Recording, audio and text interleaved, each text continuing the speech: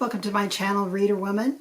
My name's Judy, and let's talk first chapter readings.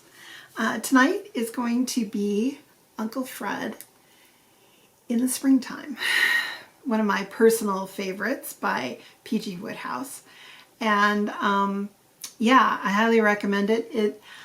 I read it like 100 years ago for the first time and loved it. Thought it was the most hilarious thing ever. And I was really surprised to find out that this is an Emsworth Blandings Castle book. So anyways, my memory of it is not that great, and it is on my to-read list. I got this beautiful edition through a friend who went down to Powell's bookstore, and I am the proud owner of, I think, 3 of these lovely little collector editions from Overlook Press. Anyways, gorgeous. And so we shall start. Uncle Fred in the Springtime, Chapter 1. The door of the Drones Club swung open, and a young man in form-fitting tweeds came down the steps and started to walk westwards. An observant passer-by, scanning his face, would have fancied that he discerned on it a keen, tense look, like that of an African hunter stalking a hippopotamus. And he would have been right. Pongo Twistleton, for it was he, was on his way to try and touch Horace Pendlebury Davenport for £200.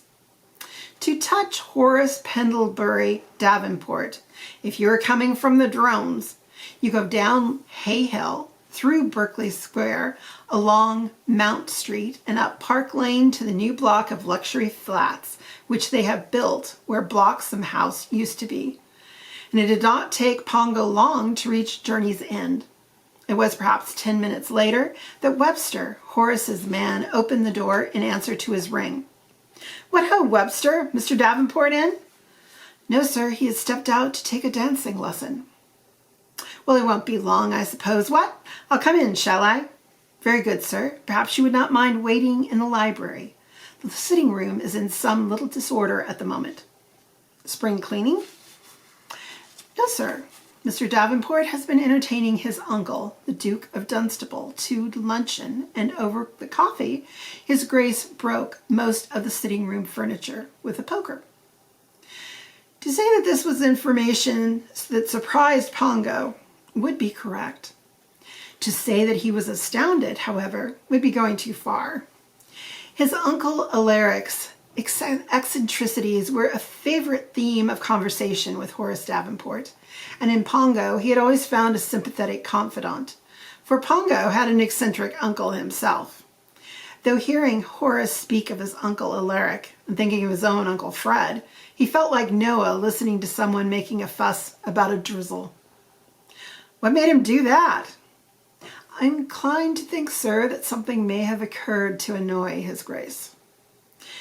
That seemed plausible, and in the absence of further data, Pongo left it at that.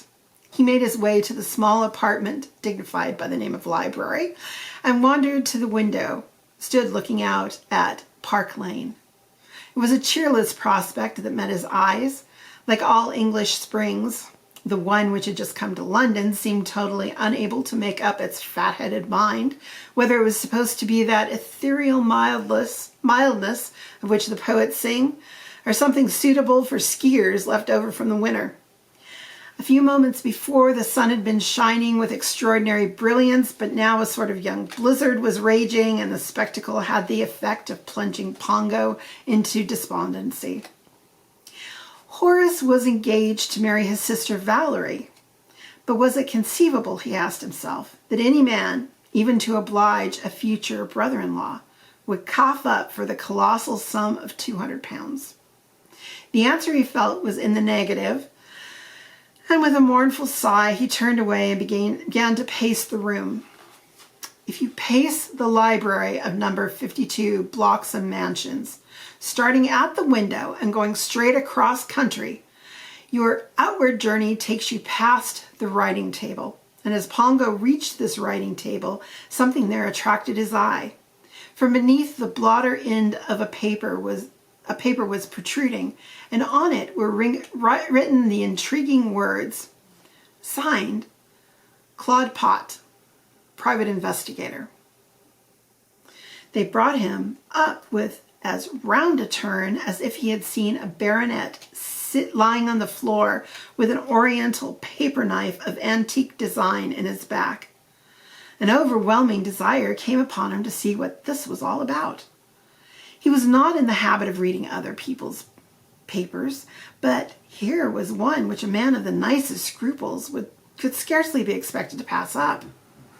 The thing was cast in narrative form, being, he found on examination, a sort of saga in which the leading character, a star part if ever there was one, was somebody referred to as the subject.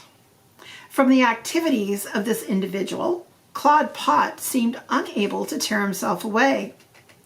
The subject, who appeared to be abroad somewhere, for there was frequent mention of a casino, was evidently one of those people who live for pleasure alone. You didn't catch the subject doing good to the poor or making a thoughtful study of local political conditions when he or she was not entering casino in comp of friends, 2 male, 1 female, at 11:17 p.m., he or she, for there was no clue as to whether this was a story with a hero or a heroine, was playing 10, writing H's out on the golf links, lunching with 3 F's, driving to Montreal with 1 M, or dancing with party consisting of 4 M's, ditto F's, and in this latter case, keeping it up into the small hours. Pongo was familiar with the expression, living the life of Riley, and that it was a life of this nature that the subject had been leading was manifest in the document's every sentence. But what the idea behind the narrative could be found, but what the idea behind the narrative could be, he found himself unable to divine. Claude Pott had a nice, crisp style, but his work was marred by the same obscurity which has caused complaint in the case of the poet Browning. He had begun to read it for the 3rd time, hoping for enlightenment, when the click of a latchkey came to his ears, and he hastily restored the paper to its place. The door opened, and there entered a young man of great height, but lacking the width of shoulder and ruggedness of limb which makes height impressive. Nature, stretching Horace Davenport out, had forgotten to stretch him sideways, and one could have pictured Euclid, had they met, nudging a friend and saying, "Don't look now, but this chap coming down illustrates exactly what I was telling you about a straight line having a length without breadth." Farthest north of this great expanse, there appeared a tortoise-shell-rimmed, spectacled face of so much amiability of expression that Pongo, sighting it, found himself once again hoping for the best. "What ho, Horace," he said, almost exuberantly. "Hello, Pongo, you here? Has Webster told you about my uncle's latest?" "He did just touch on it. His theory is that the old boy was annoyed about something. Does that seem to fit the facts?" "Absolutely. He was annoyed about quite a number of things. In the first place, he was going off to the country today, and he had been counting on that fellow Baxter, his secretary, to go with him. He always likes to have somebody with him on a railway journey. To dance before him, no doubt, and generally entertain him.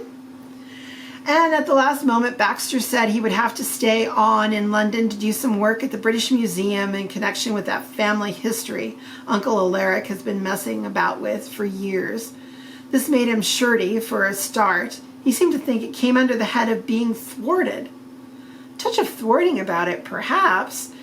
And before coming to me, he had been to see my cousin Ricky, and Ricky had managed to put his back up about something. So he was in dangerous mood when he got here. And we had scarcely sat down to lunch when up popped a souffle looking like a diseased custard. This did not ease the strain.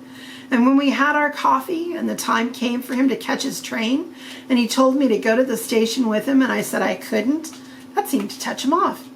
He reached for the poker and started in.